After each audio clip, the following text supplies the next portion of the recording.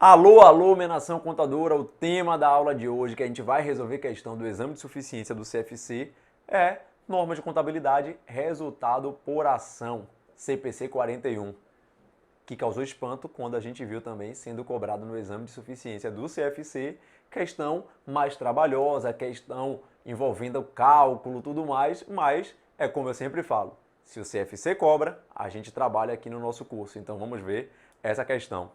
A Companhia Siderúrgica A, ao encerrar o exercício social de 2000X1, apresentou o valor de R$ 2.750.000 referente ao lucro atribuível aos titulares de suas ações ordinárias.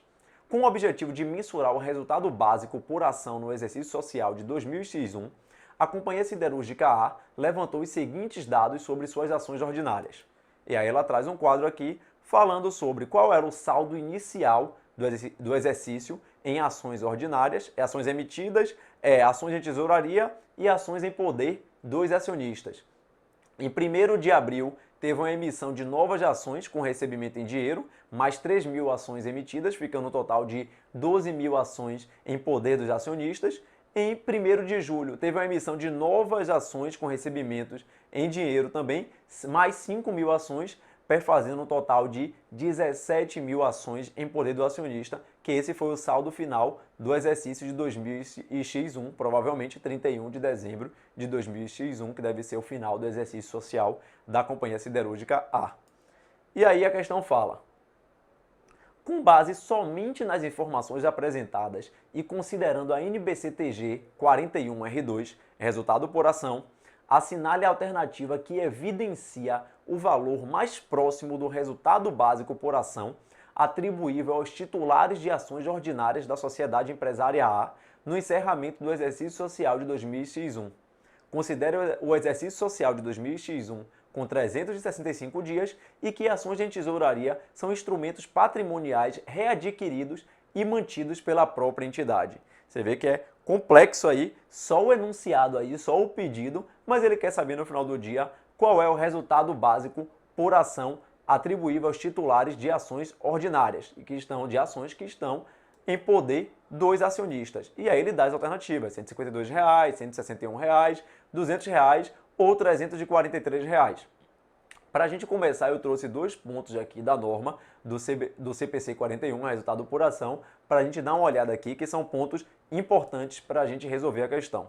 Então, no item 10 do CPC 41, ele fala: o resultado básico por ação deve ser calculado dividindo-se o lucro ou prejuízo atribuível aos titulares de ações ordinárias da companhia, o numerador, pelo número médio ponderado de ações ordinárias em poder dos acionistas, excluídas as mantidas em tesouraria, o denominador, durante o período. Então já fala que é o lucro atribuível no período dividido pela média ponderada das ações. E aí, por que a média ponderada? Porque a gente precisa colocar peso, porque a gente viu que teve 2 novas emissões de ações, uma de 3.000 novas ações e de 5.000 em períodos. Então você precisa atribuir o lucro para quem tem ação desde o início do ano diferente, ter o peso diferente pelo tempo que você tem de ação ali naquele período e quantidade de ações emitidas naquele período.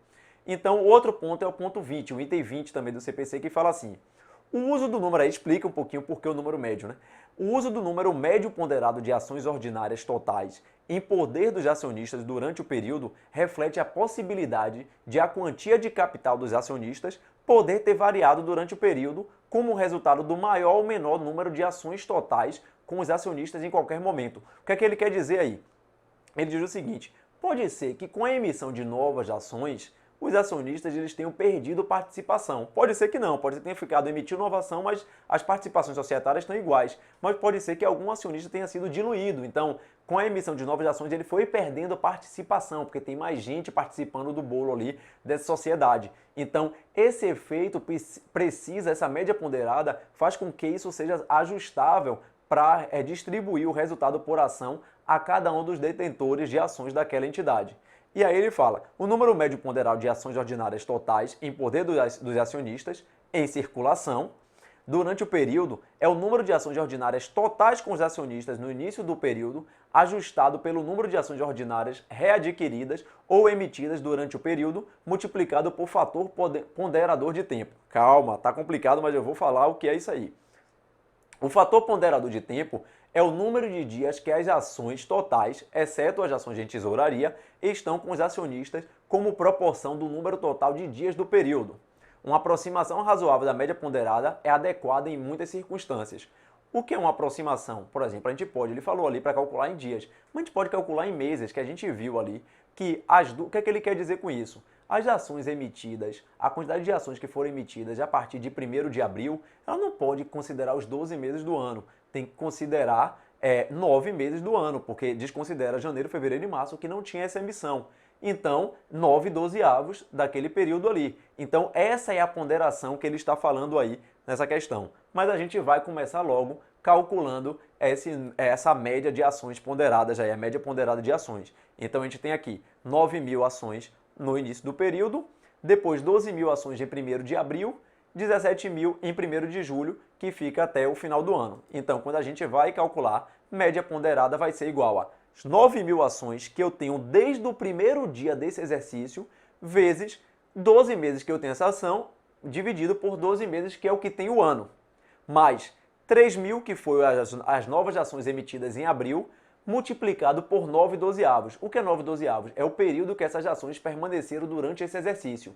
Se elas foram emitidas a partir de 1º de abril, no exercício elas ficaram de 1º de abril a 31 de dezembro, ou seja, 9 meses dividido por 12 meses, que é a quantidade de tempo daquele ano, 12 meses. Então, 3.000 vezes 9 dividido por 12. Mais 5.000, as ações que foram emitidas em 1º de julho, vezes 6 dividido por 12, porque só ficaram, essas novas ações permaneceram por 6 meses, não permaneceram, fizeram parte naquele exercício só durante os 6 últimos meses. Então a média ponderada vai considerar o número de ações em poder dos acionistas, então o número inicial de ações, mais cada uma das novas emissões multiplicada pelo tempo que ela permaneceu no ano, dividido pelo tempo total do ano. Então, no caso das 3.000, 9 por 12 e 5.000, 6 por 12, que é o período que, se você contar, abril, maio, junho, julho, agosto, setembro, outubro, novembro, dezembro. E julho, agosto, setembro, outubro, novembro, dezembro. Então, 9/12, 6/12. Então, quando a gente vai ver, a média ponderada é 9.000 mais, já tem a multiplicação de cada uma, 2.250 mais 2.500. O que a gente chega numa média ponderada de 13.750 ações. Chegamos no resultado? Não chegamos ao resultado ainda, porque não é isso que ele quer saber. Isso é só uma parte, uma etapa da resolução para a gente chegar ao lucro atribuível aos acionistas, ao lucro por ação. Então, o cálculo do resultado por ação vai ser igual ao lucro atribuível aos titulares de ações ordinárias, que ele deu lá no início da questão, que é os R$ 2.750.000, ele já fala no enunciado da questão sobre esse valor, dividido pela média ponderada das ações, que foi o valor que a gente acabou de achar, as 13.750 ações. Então, o resultado por ação ele vai ser exatamente esses 2.750.000 por 13.750. Resultado por ação é igual a R$ 200. Então, esse foi o resultado a partir do lucro do ano que cada ação representa, tem direito, como se fosse assim, distribuído pela quantidade de ações que a empresa emitiu e que está em poder dos acionistas, ou seja, até o item 20 do CPC ele fala exatamente para as ações em tesouraria elas serem excluídas, então R$ 200 é o resultado por ação. Quando a gente volta para a questão aí, a gente vê que a alternativa correta é a alternativa C. Questão complicada, a questão não é tão simples, até pela complexidade do assunto, por ser um assunto que a gente não vê com tanta frequência, mas você sabendo encontrar o resultado, entendendo principalmente a parte de calcular a média ponderada de ações, fica tranquilo para resolver, você consegue matar a pau aí e garantir mais uma questão no seu exame de suficiência do CFC. Valeu, um abraço!